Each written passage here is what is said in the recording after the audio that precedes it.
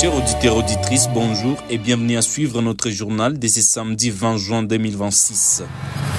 Au sommaire de cette édition du journal, le club RFI Bukavu a sensibilisé les jeunes aux enjeux de l'information à l'ère numérique le week-end dernier. Selon MSF, la propagation d'Ebola dépasse des capacités actuelles de la riposte au nord et au sud Kivu. La Régie des eaux SA appelle les abonnés à régler leurs factures pour garantir l'accès à l'eau potable et prévenir les maladies. Elie Mouniké David à la présentation. Le club RFI Bukavu a organisé le week-end dernier un atelier de sensibilisation sur la désinformation dans la salle Exodus de Bukavu. Cette activité a réuni les étudiants, les élèves ainsi que les représentants des médias locaux autour d'un objectif commun, mieux comprendre les phénomènes de la désinformation et apprendre à s'en prémunir. Facilité par Thaïs Bagoula, directeur de la radio Maendeleo, l'atelier a permis aux participants d'acquérir des notions générales sur la désinformation. Nous l'écoutons. Aujourd'hui, nous avons un grand problème sur le plan médiatique. Il y a la prolifération de médias sociaux ou des réseaux sociaux. Et dans ces médias sociaux, pullulent des informations qui sont diffusées par tout le monde. Alors, tout le monde n'a pas ce que nous appelons la déontologie journalistique.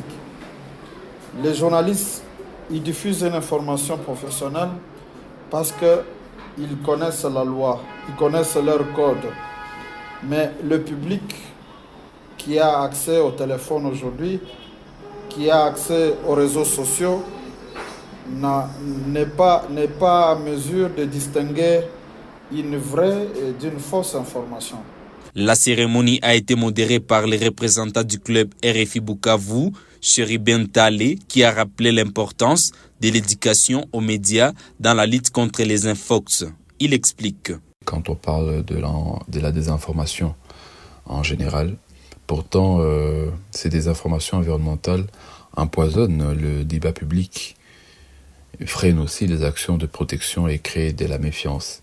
Et après deux phases de ce projet, nous avons en tout cas pensé qu'il était important de passer à une étape supérieure et d'organiser cette troisième phase qui prend en même temps 8 villes. Il y a des clubs RFI en RDC et c'est dans le but de sensibiliser massivement les acteurs clés, société civile, jeunes, médias, influenceurs, autorités, organisations des jeunes qui œuvrent dans le domaine de l'environnement et autres, sur les mécanismes des désinformations environnementales, l'infox environnementale. À travers le projet Mégaphone de la nature, le club RFI Bukavu réaffirme son engagement à promouvoir l'esprit critique, l'éducation aux médias et l'accès à une information vérifiée, particulièrement auprès des jeunes confrontés quotidiennement à un flux d'importants contenus numériques. Un mois après la déclaration de l'épidémie Ebola en RDC, les Médecins sans frontières, MSF, estiment que la réponse reste en dessous des besoins. L'organisation humanitaire s'inquiète de la progression rapide de la maladie dans plusieurs provinces de l'Est du pays. Selon MSF, les principales faiblesses concernent le dépistage, la surveillance épidémiologique et le suivi des contacts. De nombreux malades sont admis dans les centres de traitement à un stade avancé de la maladie sans avoir été identifiés auparavant par les équipes de riposte. L'Ituri demeure l'épicentre de l'épidémie avec près de 95% des cas enregistrés.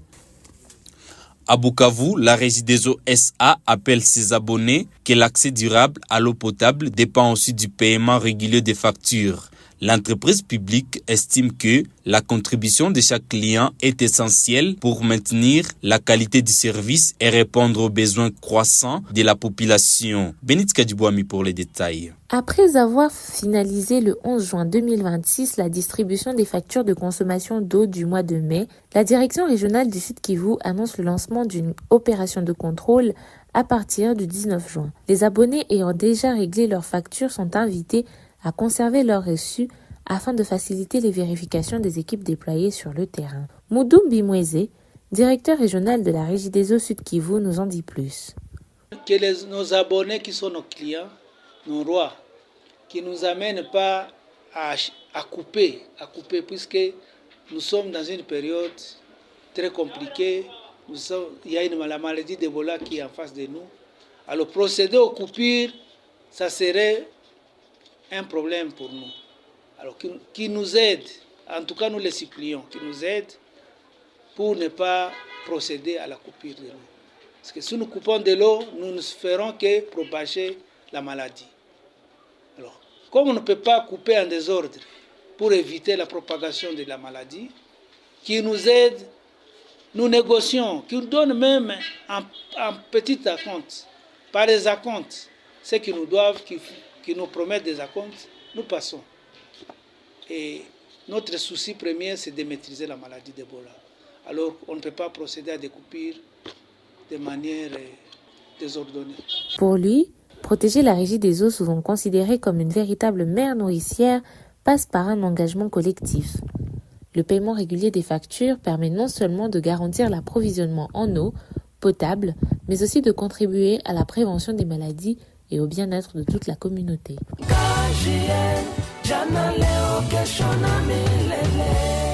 Ainsi, parlons du sport. La République démocratique du Congo a réussi son tour sur la scène mondiale en décrochant un résultat historique face au Portugal. Les Léopards ont obtenu un précieux match nul le mercredi 17 juin 2026 au Texas, aux États-Unis, lors de leur entrée en lice à la Coupe du Monde 2026. Toujours Benit Kadibouami. Surpris dès la 5e minute par une réalisation de Joao Neves, les Congolais n'ont toutefois pas cédé à la pression.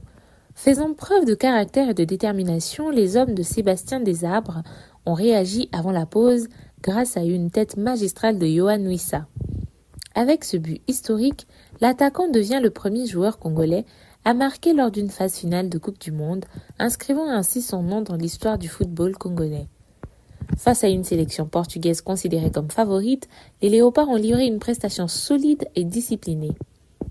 Très attendu pour faire la différence, Cristiano Ronaldo a été parfaitement contenu par la défense congolaise et n'est jamais parvenu à peser réellement sur la rencontre. La star portugaise est restée impuissante face à une équipe congolaise déterminée à défendre ses chances jusqu'au bout. Ce résultat encourageant permet à la RDC de lancer sa campagne mondiale avec confiance. Les Léopards retrouveront la compétition le 24 juin prochain face à la Colombie dans un match qui pourrait s'avérer décisif pour une qualification au deuxième tour. Chers auditeurs et auditrices, nous voici à la fin de notre journal hebdomadaire. Pour plus d'informations, tapez www.kjnasbel.org. À la prochaine.